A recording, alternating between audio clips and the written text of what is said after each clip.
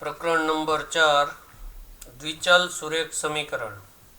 હવે આપણને ઘણીવાર જે વાસ્તવિક રીતે વિચાર આવતા હોય, દાખલા તરીકે 4, તો વિચાર જે આવે છે એને આપણે ગાણિતિક ભાષામાં, ગણિતની ભાષામાં એટલે ગાણિતિક રીતે જો એને આપણે અભિવ્યક્ત કરવા હોય, લખવા હોય, તો આપણે આવી રીતે લખીએ. એક બીજો વિચાર આવ્યો કે 4 વત્તા 0. બીજો વિચાર આવ્યો કે આપણી પાસે 27 રૂપિયા હોય, એમાંથી 7 રૂપિયા જાય તો પાછળ પ્રશ્ન નથી કેટલા વધે કે શું થાય કે એ આગળનો સવાલ નથી, પણ 27 રૂપિયા હોય એમાંથી 7 જાય તો એને ગાણિતિક રીતે આપણે વ્યક્ત કરવું છે, અભિવ્યક્ત કરવું છે. તો આ પ્રકારનું જે આપણે લખાણ કરીએ છીએ ગણિતમાં, એને આપણે સંખ્યાઓની મદદથી કરીએ છીએ, તો એને આપણે કહેશું સંખ્યાત્મક અભિવ્યક્તિ. હવે ઘણીવાર ફક્ત સંખ્યા જ નહીં, પણ એવી વસ્તુ આપણી સામે આવે કે જેની કિંમત સતત બદલાતી રહેતી હોય. તો કિંમત બદલાય એટલે એને આપણે કહેશું ચલ. ઘણીવાર નાટકમાં કોઈ પાત્ર કામ કરતું હોય તો વ્યક્તિ એક જ હોય, પણ દરેક નાટકમાં એનું નામ બદલાતું હોય, એનો રોલ બદલાતો હોય. તો અહીંયા આ એક્સ જે છે એ ચલ તરીકે આપણે એને ઓળખીએ છીએ. હવે આવા ચલ સાથે ચલ અને અચલને ભેગા કરી અને જો આપણે કોઈ અભિવ્યક્તિ કરીએ, કોઈ રજૂઆત કરીએ, તો એ આવી પ્રકારની રજૂઆત હોઈ શકે, જેમ કે 4 ગુણ્યા x, 9x વત્તા 1, x નો વર્ગ, x નો ઘન વત્તા x વર્ગ વત્તા 1.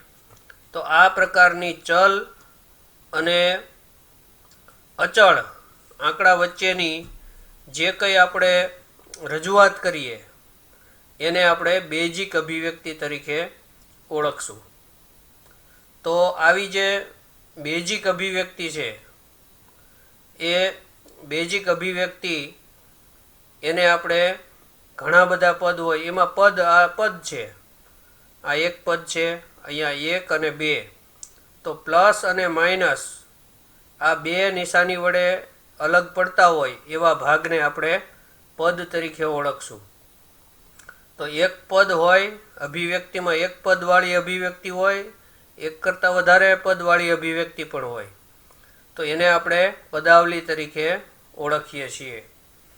તો ચલ અને અચલને સરવાળા, બાદબાકી, ગુણાકાર, ભાગાકાર આવી કોઈ પણ ક્રિયાથી એકબીજા સાથે સાંકળતા, એકબીજા સાથે એનું જોડાણ કરીએ, ગુણાકાર કરીએ, સરવાળો કરીએ, બાદબાકી કરીએ કે ભાગાકાર કરીએ, તો ચલ અને અચલ વચ્ચેના આવા જે સંબંધ છે, આવું જે સ્વરૂપ છે, આવી જે અભિવ્યક્તિ છે, આવી જે રજૂઆત છે, એને આપણે બેઝિક પદાવલી તરીકે ઓળખીએ છીએ. તો આપણે બેઝિક અભિવ્યક્તિ એટલે બેઝિક પદાવલી. હવે આવી બેઝિક પદાવલીની અંદર ઘણીવાર આપણે જોઈએ તો અભિવ્યક્તિ આપણને આવી પણ મળે. દાખલા તરીકે કોઈએ એવી રીતે એક પદ લખ્યું, x ની 1/2 ઘાત, એવું પદ લખ્યું કે y ની -3 ઘાત. પછી હજુ એક ઉદાહરણ લઈએ, x ની 4 ઘાત. તો અહીંયા આપણે આ 3 પ્રકારના પદ લખ્યા છે, તો એને આપણે પદાવલી તરીકે ઓળખશું. એમાં એક જ પદ છે. તો અહીંયા પહેલું અને બીજું જે પદાવલી છે એની અંદર x એટલે ચલનો ઘાતાંક છે, અહીંયા અપૂર્ણાંક છે, અહીંયા ચલનો ઘાતાંક ઋણ છે, પણ અહીંયા ચલનો ઘાતાંક ધન છે. હજુ એક ઉદાહરણ લઈએ, x ની 0 ઘાત. તો જો પદાવલીની અંદર x નો ઘાતાંક એટલે કે કોઈ ચલનો ઘાતાંક અપૂર્ણાંક અથવા તો માઇનસ હોય તો એને આપણે પદાવલી તો કહેશું જ, પણ હવે નવી વ્યાખ્યા આપણે બનાવવાની છે બહુપદીની. તો જો કોઈ પણ પદાવલીમાં ચલનો ઘાતાંક અપૂર્ણાંક હોય કે ઋણ સંખ્યા હોય તો એને આપણે બહુપદી કહેશું નહીં. પણ જો પદાવલીમાં ઘાતાંક પૂર્ણાંક સંખ્યા હોય અથવા તો ઋણય ચાલે, તે ઋણ અને પૂર્ણાંક હોય તો શૂન્ય અને પૂર્ણાંક સંખ્યા હોય તો એવી જે પદાવલી છે એને આપણે નવા નામથી ઓળખશું, એટલે કે બહુપદી કહેશું. એટલે બહુપદીની એક વ્યાખ્યા થઈ કે જો પદાવલીની અંદર એક્સનો ઘાત અનઋણ પૂર્ણાંક હોય, અનઋણ એટલે ઋણ ન હોય તેવું, અને પૂર્ણાંક એટલે અપૂર્ણાંક ન હોય તેવું, અનઋણ પૂર્ણાંક હોય તો તેવી પદાવલીને આપણે બહુપદી તરીકે ઓળખશું. હવે વાત કરવી છે સમીકરણની. તો સમીકરણ કોને કહેશું? તો કોઈ એવી બે અભિવ્યક્તિ આપણે લઈએ. દાખલા તરીકે એક લીધું આપણે 3x + 1 અને બીજું લીધું 9 - 2. તો આ એક આપણને ખ્યાલ છે કે આ બેઝિક અભિવ્યક્તિ છે જેમાં ચલ અચલ બંને આવે છે, અને આ એક સંખ્યાત્મક અભિવ્યક્તિ છે, સંખ્યાની રજૂઆત છે. તો અહીંયા તો આ બંને અભિવ્યક્તિ છે. ફરીવાર યાદ કરીએ કે આ એક બેઝિક અભિવ્યક્તિ છે જેમાં ચલ અને અચલ છે, અને આ એક સંખ્યાત્મક અભિવ્યક્તિ છે કે 9 માંથી 2 જાય બસ. આ જે આપણને વાસ્તવિક વિચાર આવ્યો એને આપણે ગણિતની ભાષામાં લખી નાખ્યો. અહીંયા આપણને એક વાસ્તવિક વિચાર આવ્યો કે કોઈ સંખ્યામાં 3 ઉમેરતા, 3 વડે ગુણી અને એમાં 1 ઉમેરતા, આ એક વિચાર આવ્યો. અને જો જોગાનું જોગ એવું બન્યું કે આ બંનેની કિંમત સરખી થાય એવું આપણને પહેલેથી કોઈએ કીધેલું હોય, અથવા તો આપણે અનુમાન કરીએ કે આ જે આપણે વિચાર્યું એ અને આ 9 માંથી 2 જાય એ, આ બંને સરખું થાય છે, તો જેમાં બરાબરની નિશાની આવે એવા ભાગને આપણે સમીકરણ તરીકે ઓળખશું. એટલે ફરીવાર બોલીએ કે જો કોઈ અભિવ્યક્તિઓની આવી રીતે સરખામણી કરવામાં આવે તો જે સ્વરૂપ બને છે એ સ્વરૂપને આપણે સમીકરણ તરીકે ઓળખીએ છીએ. હવે સમીકરણ જે છે એમાં ફક્ત એક જ ચલ હોય, એટલે કે અહીંયા આપણે લખ્યું છે 3x + 1 બરાબર માની લો કે 0 લઈએ, તો આખા સમીકરણમાં તપાસીએ તો આ એક જ ચલ છે. તો જો એક જ ચલ આપવામાં આવેલો હોય તો એવા સમીકરણને આપણે એક ચલ સુરેખ સમીકરણ તરીકે ઓળખીએ છીએ. બીજો શબ્દ પણ આમાં આવી ગયો, સુરેખ. સુરેખ સમીકરણ એને જ કહેવાય કે જેમાં એક્સનો ઘાતાંક 1 હોય. જો એક્સનો ઘાતાંક 1 કરતાં વધારે હોય તો એવા સમીકરણને આપણે સુરેખ સમીકરણ કહેતા નથી. તો આ ખાસ વ્યાખ્યા ફરીવાર યાદ કરવી પડશે કે જો કોઈ સમીકરણ હોય અને એમાં ફક્ત એક જ ચલ દેખાતો હોય, દાખલા તરીકે એક્સ, તો એને આપણે એક ચલવાળું સમીકરણ કહેશું. પછી બીજો એક શબ્દ ઉમેરાણો એની અંદર સુરેખ. જો સમીકરણમાં ચલ તો એક હોય જ પણ એ ચલની ઘાત પણ એક જ હોય તો એવા સમીકરણને એક ચલ સુરેખ સમીકરણ કહેવામાં આવે છે. હવે આવી રીતે દ્વિચલ સુરેખ સમીકરણ પણ કોને કહેવાય એ આપણને ખ્યાલ આવી જાય. હવે દાખલા તરીકે એક સમીકરણ આપણે લખીએ, એમાં 2 ચલ ઉમેરી દઈએ, આની કોઈ કિંમત લઈ લઈએ +5 અને બરાબર 0, આવું કંઈક લખ્યું આપણે. તો અહીંયા આપણે 2 ચલ દેખાય છે, એક એક્સ દેખાય છે, એક વાય દેખાય છે. આની કિંમત સતત બદલાતી રહેશે એટલે એને આપણે ચલ કહીએ છીએ. તો જો કોઈ સમીકરણની અંદર 2 ચલ દેખાતા હોય તો એને દ્વિચલ સમીકરણ તરીકે આપણે ઓળખીએ છીએ. પણ આ દ્વિચલ સમીકરણની અંદર એક્સનો ઘાતાંક 1 જ છે અને વાયનો ઘાતાંક પણ 1 જ છે. તો આવા સમીકરણને આપણે દ્વિચલ સુરેખ સમીકરણ નામથી ઓળખશું. એટલે એનો અર્થ એવો કે અહીંયા એક્સનો 2 ઘાત લઈ લઈએ અને વાયની કોઈ ઘાત અલગ લઈ લઈએ તો આમાં દ્વિચલ તો છે જ, 2 ચલ તો છે જ, એક્સ ને વાય, પણ આ સુરેખ સમીકરણ નથી. કારણ કે 1 ઘાત હોય તો જ એને સુરેખ સમીકરણ આપણે કહેવાનું છે. તો હવે વાત કરીએ આ દ્વિચલ સુરેખ સમીકરણ એનું પ્રમાણિત સ્વરૂપ કેવું હશે. તો દ્વિચલ સુરેખ સમીકરણ એનું પ્રમાણિત સ્વરૂપ આ રીતે દર્શાવવામાં આવે છે. એક્સ, બીજો એક ચલ છે વાય, આ બંને ચલ છે અને એની સાથે કોઈ અચળ સંખ્યા ગુણાયેલી છે. આ એ અને બી આપણે શું લઈએ છીએ? અચળ સંખ્યા. જેમ કે 3x, તો એક્સની સાથે ગુણાયેલી સંખ્યા એને આપણે કહેશું એનો સહગુણક.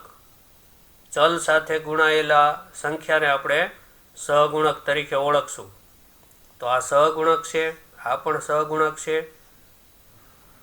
તો કોઈ સમીકરણમાં અને એની આ બેઝિક અભિવ્યક્તિને કોઈ શૂન્ય સાથે સરખાવેલી છે એટલે આને આપણે કહેશું સમીકરણ. તો ફક્ત આટલું જ ન હોય પણ એની અંદર કોઈ ભાગ અચળ સંખ્યા ઉમેરવાથી એનો જવાબ 0 થતો હોય તો અહીંયા ax વત્તા by વત્તા c બરાબર 0 આ પ્રકારનું જે સ્વરૂપ છે એને દ્વિચલ સુરેખ સમીકરણ કહેવામાં આવે છે. એટલે અહીંયા એનું પ્રમાણિત સ્વરૂપ આપણે દર્શાવ્યું છે. અહીંયા a, b અને c વાસ્તવિક સંખ્યા હોઈ શકે કોઈ પણ, તેમજ a અને b એક સાથે ક્યારેય શૂન્ય લેવાના નથી. કારણ કે a અને b બંનેને એક સાથે આપણે શૂન્ય લેશું તો અહીંયા કોઈ બચશે નહીં, કોઈ ચલ દેખાશે જ નહીં. એટલે સમીકરણ જેવું કાંઈ બનશે નહીં, ફક્ત અચળ સંખ્યા જ વધશે. એટલે a અને b એક સાથે શૂન્ય લેવાના નથી. એક શૂન્ય હોય તો ચાલે પણ એક સાથે બંનેનું મૂલ્ય શૂન્ય ક્યારેય લેવાનું નથી.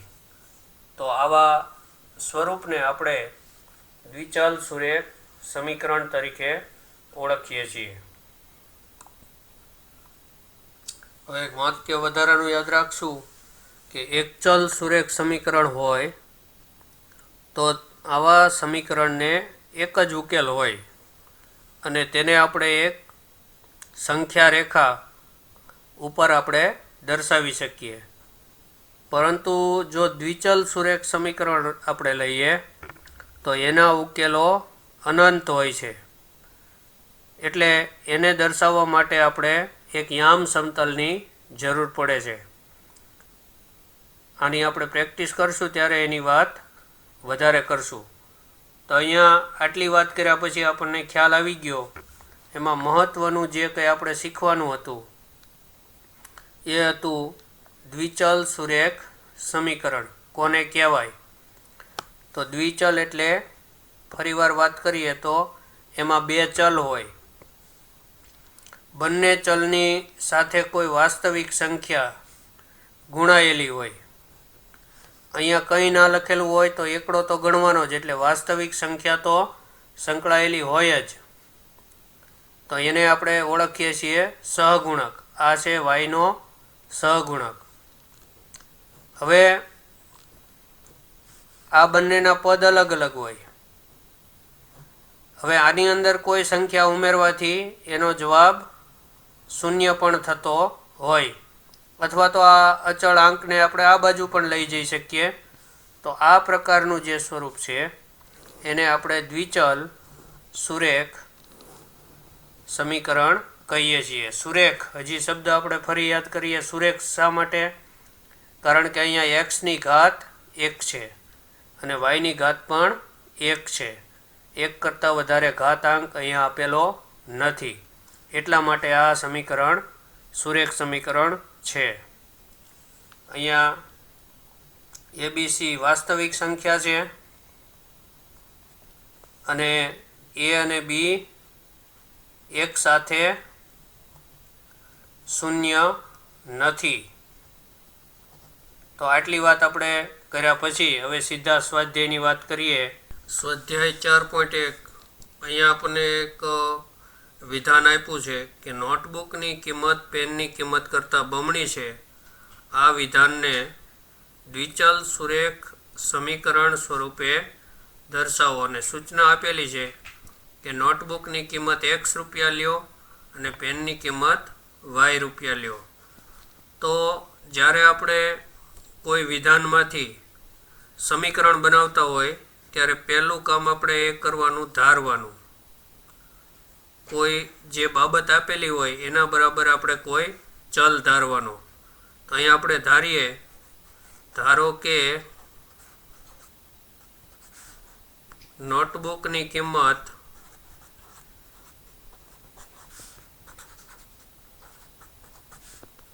x રૂપિયા છે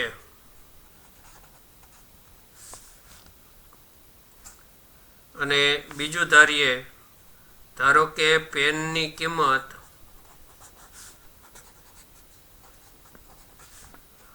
y રૂપિયા છે. હવે આ બંને કિંમતો આપણે ધારી. હવે એ બંને વચ્ચેનો જે સંબંધ છે એ અહીંયા આપણે દર્શાવવાનો. x અને y વચ્ચેનો સંબંધ. તો નોટબુકની કિંમત પેનની કિંમત કરતાં બમણી એટલે ડબલ છે. કોની કિંમત બમણી છે? નોટબુકની. એટલે એ મોટું છે. આપણે આવું અહીં લખવાનું નથી, પણ આપણે સમજવા માટે કરીએ છીએ કે આ x છે એ નોટબુકની કિંમત છે, એ પેનની કિંમત કરતાં મોટી છે. કેટલી મોટી છે? બમણી. તો હવે આ બંનેને આપણે સરખા કરવા હોય તો શું કરવું પડે? તો જે બમણું હોય એને કાં તો અડધું કરવું પડે અને કાં તો અડધું હોય એને બમણું કરવું પડે. તો આ જે છે એ બમણું છે, આ એનું અડધું છે. એટલા માટે આને આપણે જો ડબલ કરી નાખશું તો આ બંને થઈ જશે સરખા. એક લીટી આમ દોરેલી છે અને બીજી લીટી એના કરતાં બમણી દોરેલી છે. હવે આ બંને લીટીને આપણે સરખી કરવી હોય તો શું કરવું પડે? કાં તો આ લીટીને બમણી કરવી પડે અને કાં તો આ લીટીને અડધી કરી નાખવી પડે. તો આપણે આ લીટીને આમ બમણી કરી નાખીએ એટલે હવે આપણને આ બંને લીટી સરખી દેખાય છે. તો બરાબરની નિશાની મૂકવાની છે એટલે આપણે આને આ રીતે ડબલ કરવું પડશે.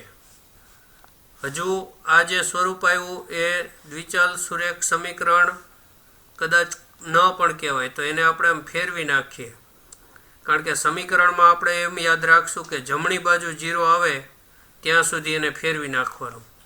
તો અહીંયા જમણી બાજુ 2y છે, એને આ બાજુ લઈએ એટલે -2y. અને હવે બરાબર આ બાજુ કોઈ બચ્યું નહીં એટલે બચ્યો 0. તો આ જે છે એ આપેલા વિધાનનું દ્વિચલ સુરેખ સમીકરણ છે.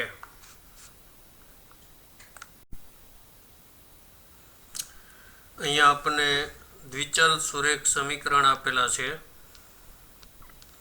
તો એને આપણે પ્રમાણિત સ્વરૂપમાં દર્શાવવાના છે અને દરેક કિસ્સામાં ABCની કિંમત મેળવવાની છે. તો પ્રમાણિત સ્વરૂપ એટલે શું? તો પ્રમાણિત સ્વરૂપ એટલે આપણે યાદ રાખીએ કે જમણી બાજુ 0 વધે એ રીતે આ સમીકરણને ગોઠવી નાખવું. તો અહીંયા જમણી બાજુ આ એક પદ છે એને આપણે આ બાજુ લઈ આવીએ તો આ થઈ ગયું સમીકરણનું પ્રમાણિત સ્વરૂપ. અને આપણે AX + BY + C બરાબર 0 સાથે સરખાવવું હોય તો બિલકુલ એના જેવું જ આ સમીકરણ દેખાય છે. હવે અહીંયા આપણે ABCની કિંમત નક્કી કરવી છે. તો અહીંયા A બરાબર શું થશે, B બરાબર શું અને C બરાબર શું? તો A બરાબર આપણે જોઈએ તો x નો સહગુણક 2, B બરાબર જોઈએ તો 3 અને C બરાબર અહીંયા ખાસ જોવાનું છે કે અહીંયા વત્તા છે અને આ અહીંયા માઇનસ નિશાની છે. તો માઇનસ નિશાની જે છે એ આ પદની છે એટલે નિશાની સાથે એને આપણે લખવાના છે. એટલે 9.3 5 12. બીજું સમીકરણ છે, અહીંયા પ્રમાણિત સ્વરૂપમાં જ લાગે છે. આને આપણે જમણી બાજુ 0 છે એટલે ax વત્તા by વત્તા c બરાબર 0 સાથે સરખાવીએ તો આ પ્રમાણિત સ્વરૂપ છે. જમણી બાજુ 0 વધે એટલે એ પ્રમાણિત સ્વરૂપ જ આપણને મળવાનું છે. હવે અહીંયા abc નક્કી કરીએ તો abc નક્કી કરીએ તો a બરાબર x નો સહગુણક, અહીંયા x નો સહગુણક છે 1, b બરાબર y નો સહગુણક. હવે અહીંયા y છે છેદમાં 5 છે અને અહીંયા માઇનસ નિશાની છે. એનો અર્થ એવો થયો કે અહીંયા માઇનસ 1/5 y સાથે ગુણાયેલા છે, માઇનસ એકડો અને છેદમાં જે 5 છે એ સહગુણક છે. c બરાબર થશે -10. ત્યાર પછી આ સમીકરણમાં જમણી બાજુ 0 કરીએ તો 6 ને આ બાજુ લઈ આવીએ તો આ થઈ ગયું સમીકરણનું પ્રમાણિત સ્વરૂપ. આના abc નક્કી કરીએ તો a બરાબર થશે x નો સહગુણક એટલે -2, b બરાબર થશે +3 અને c બરાબર થશે -6. ત્યાર પછીનું સમીકરણ છે, જમણી બાજુ 0 વધે એ રીતે આને પહેલાં લઈ આવીએ, આ બાજુ મૂકી દઈએ 0 તો આ વત્તાના ઓછા થઈ ગયા. હવે આને આપણે ax વત્તા by વત્તા c બરાબર 0 સાથે સરખાવીએ તો આના abc આપણે નક્કી કરશું. તો અહીંયા a બરાબર થયું x નો સહગુણક એટલે 1, b બરાબર થશે y નો સહગુણક એટલે -3 અને c બરાબર થશે, અહીંયા કંઈ દેખાતું નથી એનો અર્થ એવો કે અચળ પદ છે નહીં એટલે અચળ પદ થયું 0.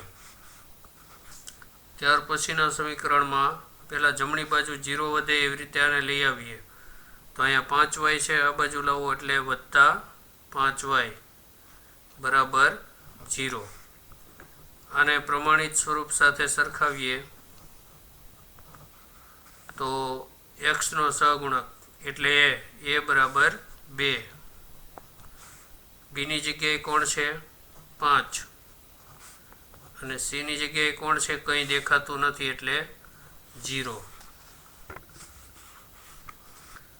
હવે આ સમીકરણમાં જમણી બાજુ તો 0 છે જ, પણ આને આપણે આ રીતે લખીએ,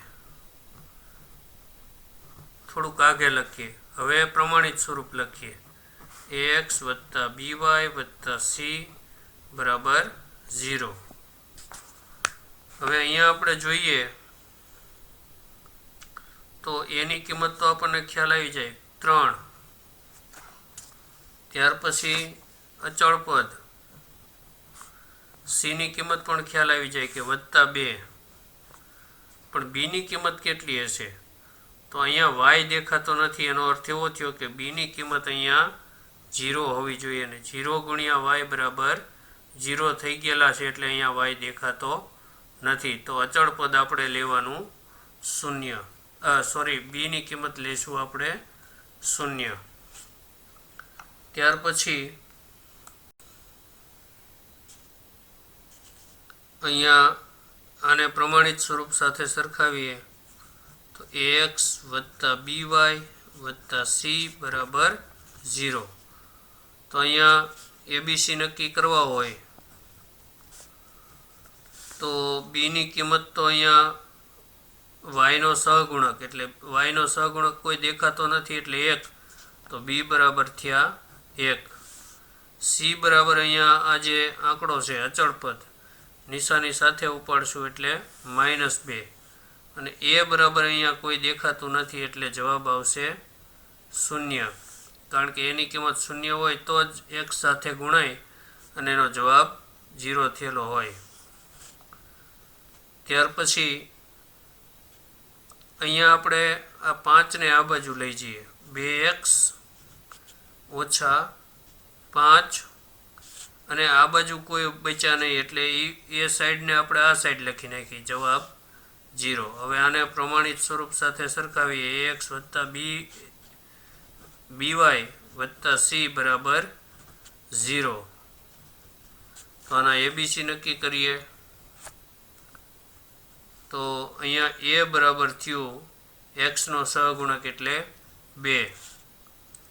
અચળ પદ c બરાબર થશે -5 અને અહીંયા b બરાબર અહીંયા કંઈ દેખાતું નથી એટલે b નો સહગુણક આ રીતે 0 હોવો જોઈએ. આવો સુધારો આપણે કરી નાખવાનો એટલે અહીંયા y આવશે. y નો સહગુણક b અહીંયા 0 હોવો જોઈએ. એટલે આ સમીકરણને અહીંયા પણ આપણે આ સમીકરણને સુધારી અને આ રીતે લખી શકાય. જે પદ દેખાતું ન હોય એનો સહગુણક 0 મૂકી દો એટલે જવાબ 0 થઈ જાય, કિંમતમાં કોઈ ફેર પડે નહીં. તો આ રીતે લખી અને પછી પણ આપણે એની સરખામણી કરી શકીએ. તો અહીંયા આપણે દરેક સમીકરણને અને જ્યારે આપણે સમીકરણનો ઉપયોગ કરવાનો હોય ત્યારે ખાસ આપણો ધ્યાન આ સમીકરણ પ્રમાણિત છે કે નહીં એના ઉપર જવું જોઈએ. અહીંયા સ્વાધ્યાય 4.2 એક સમીકરણ આપણને આપેલું છે. તો આ સમીકરણમાંથી એને કેટલા ઉકેલ હોય એવા 3 વિકલ્પ આપણને આપેલા છે.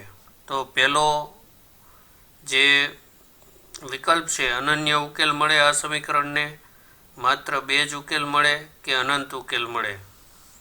તો અહીંયા આપણે થિયરીની વાત કરી હતી ત્યારે વાત કરી હતી કે કોઈ પણ દ્વિચલ સુરેખ સમીકરણને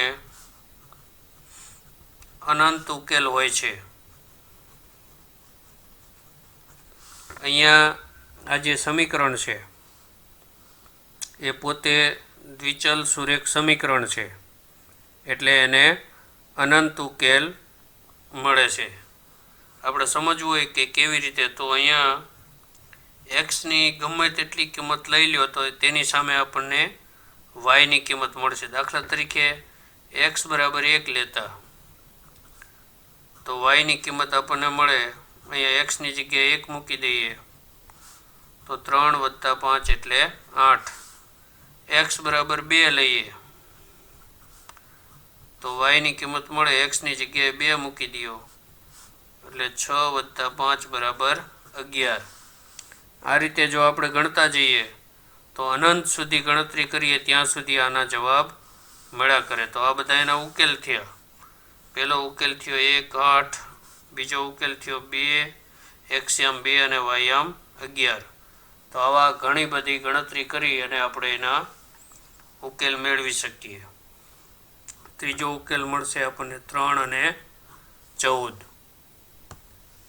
તો અહીંયા વિકલ્પ 3 સાચો છે કે આપેલ સુરેખ સમીકરણને દ્વિચલ સુરેખ સમીકરણને અનંત ઉકેલ હોય.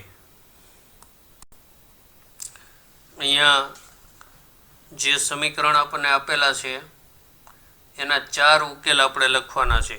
તો સમીકરણ આવું આપ્યું છે 2x + y બરાબર 7. હવે એમાંથી કોઈ એક ચલને સૂત્રનો કર્તા બનાવી દેવાનો. દાખલા તરીકે વાયને આપણે બનાવીએ તો સૂત્રનો કર્તા એટલે વાયને એક બાજુ રાખવાનો, બાકી બધું બીજી બાજુ લઈ જવાનું. તો અહીંયા 7 હતા અને 2x આ બાજુથી આવ્યા એટલે 2x. હવે એક ચલની કિંમત ધારવાની, જેને કર્તા બનાવ્યો હોય એની કિંમત મેળવવાની. તો આપણે લખીએ કે ધારો કે x બરાબર 1 લેતા તો y આપણને શું મળશે? તો સમીકરણમાં જ્યાં x છે ત્યાં આપણે 1 મૂકવાનો. તો 7 - 2 બરાબર 5. x બરાબર 2 લેતા તો y આપણને શું મળશે? 7 - 2, અહીંયા x ની જગ્યાએ 2 મૂકો તો 7 - 4 બરાબર 3 x બરાબર 3 લેતા તો y ની કિંમત મળશે 7 અને x ની જગ્યાએ આપણે મૂકી દેવાના છે 3 તો 7 માઇનસ 6 બરાબર 1 હજુ એક ઉકેલ લઈએ x બરાબર 4 લેતા તો y બરાબર 7 માઇનસ 2 x ની જગ્યાએ 4 મૂકો 7 માઇનસ 8 બરાબર માઇનસ 1 એટલે અહીંયા આપેલા સમીકરણના ઉકેલ જો આપણે લખવા હોય 4 ઉકેલ તો આ રીતે આપણે લખી શકીએ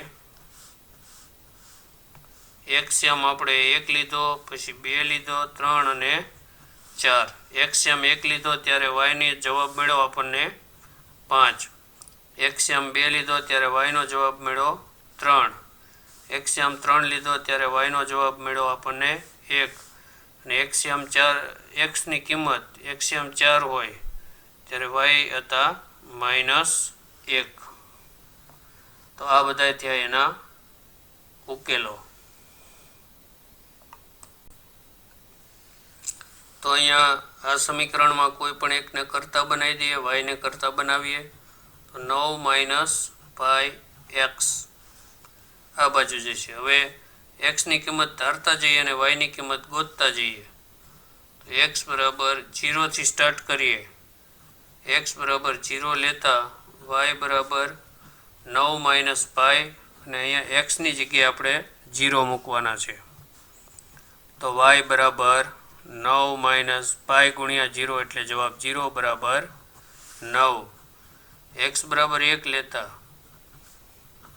y બરાબર 9 માઇનસ પાઈ અને અહીંયા x ની જગ્યાએ 1 મૂકવાના એટલે અહીંયા જવાબ આવશે 9 માઇનસ પાઈ ગુણ્યા 1 એટલે પાઈ આ જવાબ x બરાબર -1 પણ લઈ શકાય -1 લેતા y બરાબર 9 માઇનસ પાઈ અને x ની જગ્યાએ મૂકીએ -1 તો જવાબ આવશે 9 ઓછે ઓછે વત્તા પાઈ x બરાબર 2 લેતા y બરાબર 9 માઇનસ પાઈ x ની જગ્યાએ મૂકશું 2 તો 9 માઇનસ 2 પાઈ તો અહીંયા આપણને 4 ઉકેલ મળ્યા ચારે 4 ઉકેલને આપણે લખી નાખીએ એક્સએમ 0 હોય ત્યારે ym મળ્યો 9 એક્સએમ x ની કિંમત 1 હોય ત્યારે y ની કિંમત મળી 9 માઇનસ પાઈ x ની કિંમત -1 હોય ત્યારે y ની કિંમત મળી 9 વત્તા પાઈ આ છે એના યામ એક્સયામ અને આ yયામ x ની કિંમત 2 હોય ત્યારે y ની કિંમત મળી આપણને 9 માઇનસ 2 પાઈ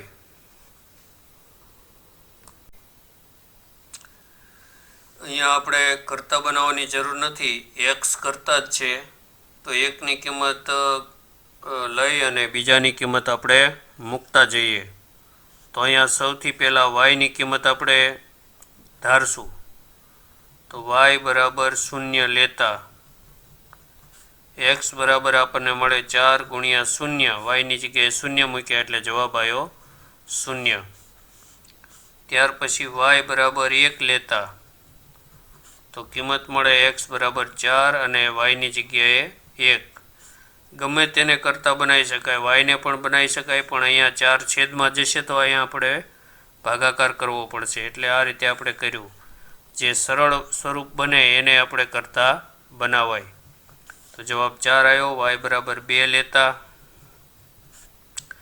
x બરાબર 4 ગુણ્યા 2 બરાબર 8 અને હવે એક બાજુ એક વખત માઇનસ લઈએ તો y બરાબર -1 લેતા x બરાબર 4 ગુણ્યા -1 બરાબર -4 તો આના 4 ઉકેલ આપણને મળ્યા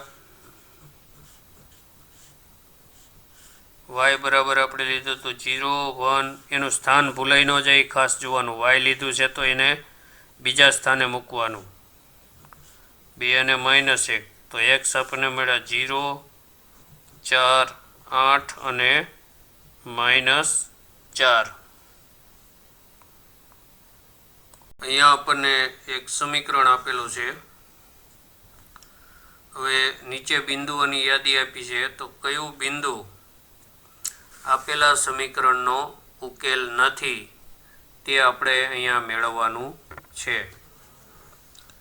તો આપેલું જે સમીકરણ છે એની અંદર આપણે એને લખીએ તો x - 2y બરાબર 4 આવું આપેલું છે.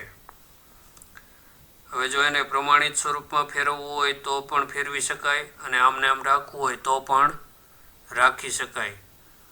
તો આ જે બિંદુઓ છે એક પછી એક આની અંદર આપણે મૂકતા જઈશું અને એનો જવાબ તપાસતા જઈશું. તો આનું જમણી બાજુ જે છે એ આપણે 4 જ રાખીએ. તો પહેલું બિંદુ લેતા 0, 2 માટે x બરાબર અહીંયા x આમ 0 અને y આમ 2 લેતા, તો આની જે ડાબી બાજુ છે એની અંદર x ની જગ્યાએ 0 અને y ની જગ્યાએ આપણે 2 મૂકશું અને જવાબ મેળવશું. તો 0 - 4. હવે જવાબ આવે -4. તો જમણી બાજુ આની 4 છે. તો જમણી બાજુ 4 હોય તો ડાબી બાજુ અને જમણી બાજુ સરખી નથી. તેથી આપેલ બિંદુ સમીકરણનો ઉકેલ નથી. જો આમ ન સમજાય તો બીજું આપણે એમ કરશું કે આને પ્રમાણિત સ્વરૂપમાં ફેરવી નાખશું.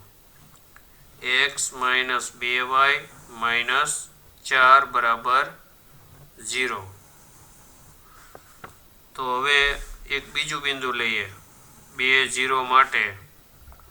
તો 2, 0 બિંદુ માટે x બરાબર ગણાશે 2 અને y બરાબર ગણાશે 0. તો આ લેતા તો સમીકરણમાં આપણે કિંમત મૂકીએ x ની જગ્યાએ 2, y ની જગ્યાએ 0 અને -4. આ બધાનો જવાબ જો 0 થઈ જાય તો સમજવાનું કે આ જે બિંદુ છે એ આનો ઉકેલ છે.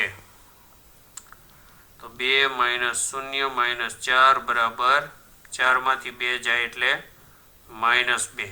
તો -2 is not equal to 0. તેથી આપેલ બિંદુ ઉકેલ નથી. ત્રીજો દાખલો લઈએ 4, 0 માટે. એમાં x બરાબર 4 અને y બરાબર 0. તો સમીકરણ પ્રમાણિત વાળું લઈએ તો x - 2y - 4. હવે આમાં કિંમત મૂકવાની છે. x ની જગ્યાએ 4, y ની જગ્યાએ 0. તો ઉકેલ મેળવો 4 - 2 ગુણ્યા 0 એટલે 0 - 4. 4 માંથી 4 જાય એટલે 0. તો જવાબ 0 આવી ગયો. તેથી 4, 0 એ સમીકરણનો ઉકેલ છે. 4, 0 એ સમીકરણનો ઉકેલ છે. ત્યાર પછી ચોથો દાખલો વર્ગમૂળમાં 2, 4 વર્ગમૂળમાં 2. તો અહીંયા x બરાબર થશે વર્ગમૂળમાં 2 અને y બરાબર થશે 4 વર્ગમૂળમાં 2. તો સમીકરણમાં મૂકીએ આ x - 2y - 4 બરાબર આપણે કિંમત મેળવવાની છે. તો x ની કિંમત થશે વર્ગમૂળમાં 2, y ની કિંમત થશે 4 વર્ગમૂળમાં 2. ઉકેલ મેળવીએ તો આ થયો વર્ગમૂળમાં 2, 4 દુ 8 વર્ગમૂળમાં 2 - 4. તો અહીંયા જોઈ લઈએ કે આની કિંમત આપણને 0 જેવી લાગે છે. તો અહીંયા આપણે જોઈએ તો આ 8માંથી આનો સહગુણક 1 છે, આનો સહગુણક 8 છે, બંને ગુણાકારમાં વર્ગમૂળમાં 2 છે. તો 8માંથી 1 બાદ કરી દઈએ સહગુણક, એટલે 7 વર્ગમૂળમાં 2. પણ મોટાની નિશાની અહીં આવશે એટલે અહીંયા આવશે -8 ઓછા 4. તો આ જે જવાબ આવ્યો એ 0 નથી. તેથી વર્ગમૂળમાં 2, 4 વર્ગમૂળમાં 2 એ આપેલા સમીકરણનો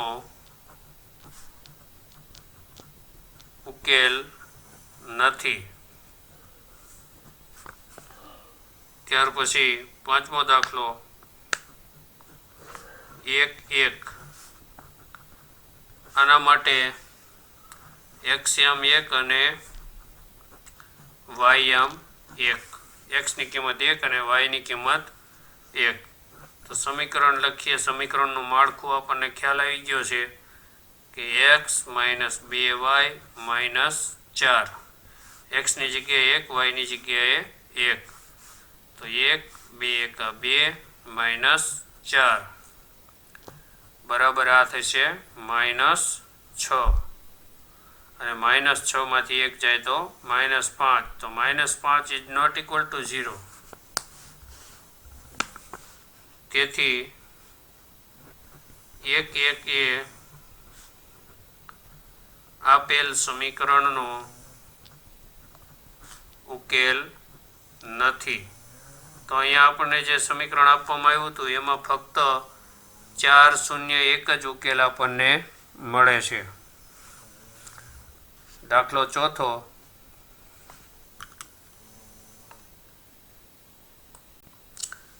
અહીંયા આપણને એક સમીકરણ આપ્યું છે 2x + 3y = k, અને એમાં x ની કિંમત છે 2 અને y ની કિંમત છે 1. તો k ની કિંમત આપણે મેળવવાની છે. તો આવું કરતા પહેલા એક વાક્ય લખવું પડે, પણ હવે આપણે અહીં કારણમાં લખી નાખીએ. x અને y ની કિંમત આપણે શું કામ કર્યું છે? સમીકરણમાં મૂકેલી છે. તો સમીકરણમાં મૂકતા વાક્ય પહેલા લખવાનું, પછી આ કામ કરવાનું. તો સાદું રૂપ આપો. 2 × 2 એટલે 4, 3 એકા 3 = k. તેથી k બરાબર જવાબ આવ્યો 4 અને 3 7.